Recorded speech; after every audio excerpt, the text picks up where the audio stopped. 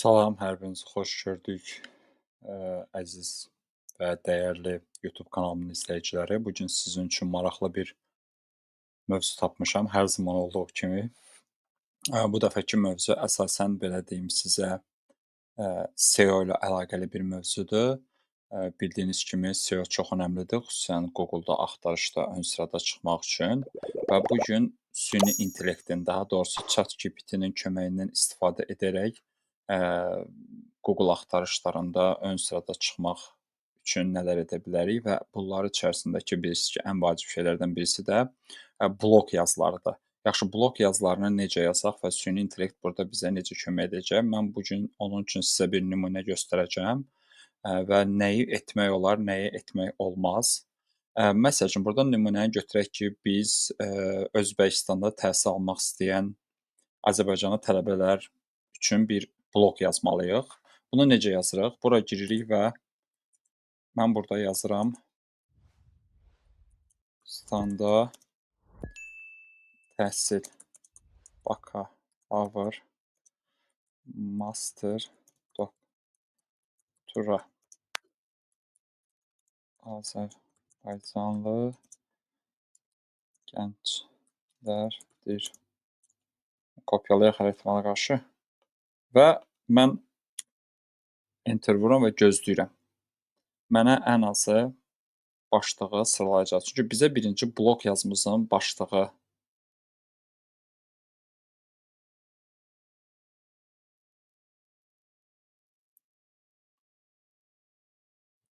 sıraladı. Aha, baxın burada qəşəng başlıqlar var. Özbəkistanda ali təhsil Azərbaycanlı gənclər üçün bakalavr, magistr, doktorantura, hətta açar sözlərini yazdı.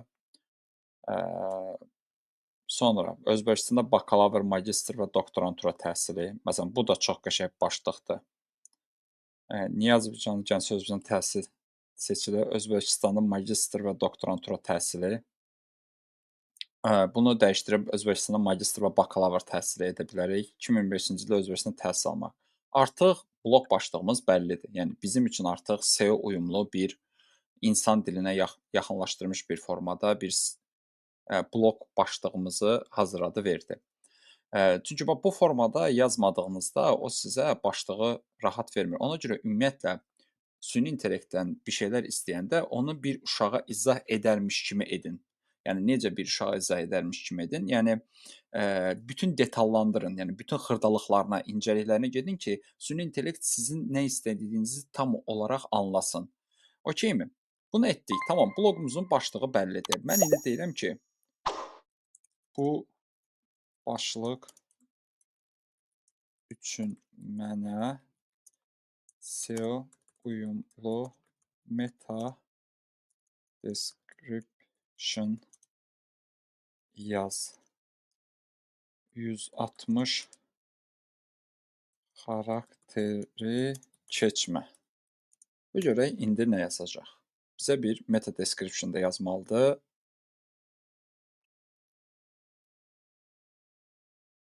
Hətta yazıb burada meta description Azərbaycan gənclər Özbəkistan bakalavr, magistr, doktorantura təhsili barədə ətraflı bələdçi və ən son məlumatlar. Yetərincə yaxşıdır. Çünki Özbəkistanda təhsil sözü keçir, bakalavr, magistr, doktorantura. Yəni istədiyimiz hətta bizə alternativ də edir. Yazaq ki, et. Okey. Məsələn, yazıb standart informativ marketinq yönümlü məsəl. Hətta burada xarakter sayına qədər göstərir. Baxın, çox qəşəngdir. Özbəkistan bakalavr, magistr və doktoranturada Azərbaycan tələbələri üçün qəbul şərtləri və universitet seçimi. Bu qəşəng başlıqdır. Yazıb istədiyin tərzə uyğun birini seçə bilərsən və istəsən daha çox variant hazırlaya bilərəm. Hansı tonda davam edək. Okay. Bu hazırdır. İndi məsələ odur ki, bloqumuzun başlığı var, açıqlama mətni var. Okay. Yaxşı, bəs bu bloqumuzun iç başlıqları dediyimiz H2 başlıqları necə olacaq da? Bunun üçün nə edirik?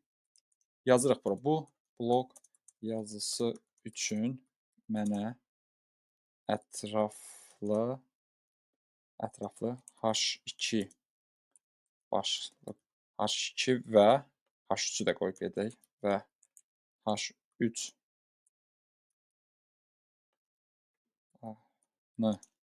sırala Bunu edərkən azərbaycanlı tələbə tələbə olmaq istəyən gənclər üçün etdiyini unutma, insan dilinə uyğunlaşdırılmış olsun. Okay. Mən bloqumun başlıqları da bəlli olsun. Yəni bu alt başlıqları H2. Okay.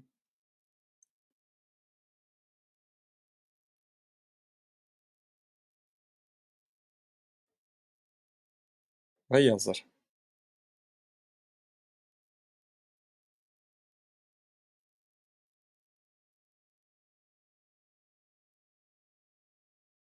Mükəmməl.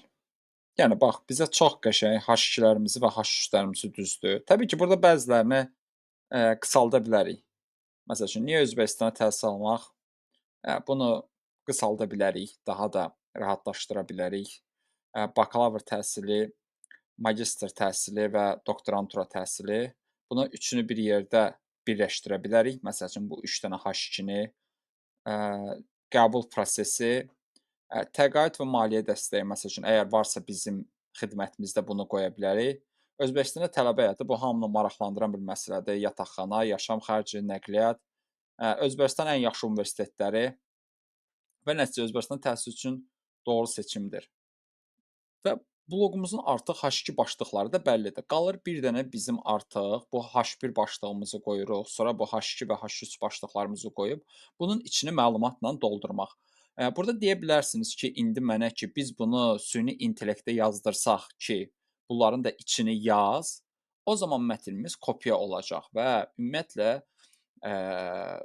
nəzərə alın ki, ChatGPT məlumatların böyük əksəriyyətini Reddit, Wikipedia, Facebook, Google və bənzəri platformalardan götürdüyünə görə bu mətn təkrarlanmış və kopyalanmış formada olduğuna görə siz Google-un gözündə nəinki üst sırada çıxmaq, hətta daha altlara düşə bilərsiniz ki, Google sizi bir kontent oğrusu kimi görəcək. Ona görə ən yaxşı alternativ variant budur ki, artıq başlıqları yazdı, bizə yol xəritəmizi, yəni belə deyək, bunu şey kimi qəbul edin də, bizim artıq blok skeletimiz hazırdır. Blok skeletimiz hazırdırsa, bunun artıq içini doldurmaq çox rahatdır da. Məsələn, niyə Özbəkistana təhsil almaq? Bununla bağlı aşağı-yuxarı bilirsiniz ki, Özbəkistanda təhsil almaq üçün səbəblər, məsəl üçün, və yaxud da siz zaten bu xidməti satırsınızsa, bu xidmətdə artıq bilirsiniz ki, sizdə məsəl üçün hansı özəlliklər var xidmətinizdə və yaxud da qəbul prosesini siz təbii ki, bilirsiniz. Əgər bu işi görürsünüzsə, görmürsünüzsə təbii ki, bilmirsiniz. İndi öz saytınıza uyğun, xidmət sahənizə uyğun yazdığınız blokları zaten özünüzün də bir məlumatınız var. Necə ki, mən əsasən e-ticarət, SEO, marketinq, startapla bağlı nəsə yazıramsa, deməli mən bu sahə ilə işlədiyimə görədir. Və bunu da doldurursunuz və bu formada artıq blok yazımız hazırdır. Dərsimiz qısa idi, bura qədər idi. Əgər bu blok yazısı sizin marağınıza səbəb olsa və həqiqətən də bunu bəyənsəniz, mənə şərh bölməsində yazın. Mən bunu əyani formada sayta yerləşdirilmə formasında qeyd edim ki, saytda blok yazısı necə yerləşdirilir, orada URL necə qurulur, orada H2 başlığı necə qeyd edilir, xarici link necə verilir, daxili link necə verilir, belə deyək, bundan əlavə olaraq image URL-si necə qurulur, bu kimi digər detallı table of content, yəni content içərikləri kimi məsələni orada qeyd edim. Videomuz bura qədərdir. Təşəkkür edirəm. Yəqin ki, videonu nə etməli olduğunuzu məndən yaxşı bilirsiniz. Təkrarlamaya ehtiyac yoxdur. Özünüzə yaxşı baxın. Növbəti videolarda görüşənə qədər.